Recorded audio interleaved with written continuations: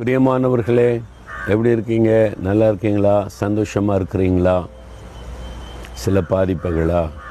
நான் அதை சொல்கிறேன் அடிக்கடி. நம்ம வாழ்கிற இந்த உலகம் அப்படிப்பட்டது. நன்மையும் தீமையும் இன்பமும் துன்பமும் நம்முடைய வாழ்க்கையில் கடந்து வரும். ஆனால் நம்மளை பாதுகாக்கிற ஒரு தேவன் இருக்கிறார். இரவிலும் பாதுகாப்பார், பகலிலும் பாதுகாப்பார்.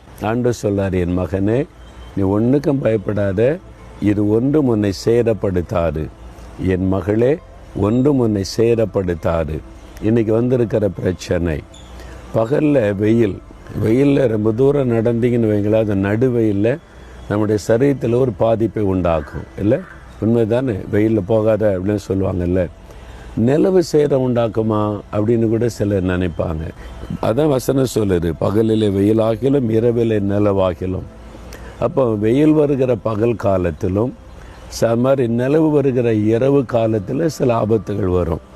ஆண்டவர் சொல்லுகிறார், ஒன்றும் உன்னை சேதப்படுத்த மாட்டாது. ஏன் சேதப்படுத்தாது? நான் தான் உன்னை பாதுகாக்கிறேன்ல. பகல்லையும் உன்னை பாதுகாக்கிறேன், ராத்திரிலையும் உன்னை பாதுகாக்கிறேன். இப்போ நான் நிறைய என் வாழ்க்கையில் பாதி நாள் ட்ராவல்லே போயிடும். அப்போ சொல்லுவாங்க, ராத்திரியில் ட்ராவல் பண்ணாங்க பிரதர், அது சேஃப் கிடையாது அப்படின்னு பலர் சொல்லுவாங்க.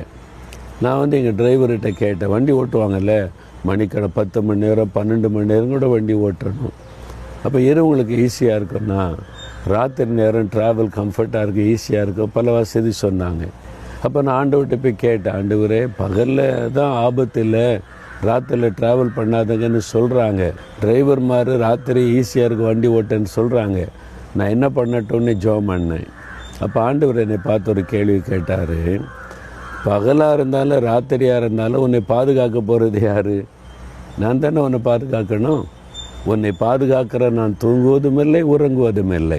பகலையும் ஆபத்து வரும், இரவிலையும் ஆபத்து வரும். பகலையும் பாதுகாக்கிற நான் தான், இரவில் பாதுகாக்கிறேன்னு நான் தான். அப்போது ஆண்டவர் அழகாய் பேசின உடனே எனக்கு ஒரு விசுவாசம், சரி ராத்திரியோ பகலோ எந்த சூழ்நிலையில் என்னை பாதுகாக்க கர்த்தர் இருக்கிறார். இப்போ நான் சார்ந்து கொள்வது பகலையும் அல்ல, இரவையும் அல்ல, கர்த்தரை. அப்போ பகல் இரவு எந்த டைம்லேயும் நமக்கு ஆபத்துகள் இருக்கிறது. அதனால் கண்ணுக்கு தெரிஞ்ச ஆபத்து ராத்திரியில் வருது, கண்ணுக்கு தெரியாத ஆபத்து, எத்தனையோ ஆபத்து இருக்குது. ஆண்டவர் சொல்கிறாரு, நான் உன்னை பாதுகாக்கிறேன், அதனால் பயப்படாதுங்க. இப்போ கொரோனா கிருமி வைரஸ்ன்றாங்கல்ல, கண்ணுக்கு தெரியுதா? ஏதாவது நீங்கள் பார்க்க முடியுதா? பார்க்க முடியல. அந்த தாக்கத்தை பாதிக்கப்பட்டால் உணர முடிகிறது. ஆண்டவர் சொல்கிறார், நான் உன்னை பாதுகாக்கிறேன், கேடயமாக இருக்கிறேன், எதுக்கு பயப்படுறேன்னு சொல்கிறேன்.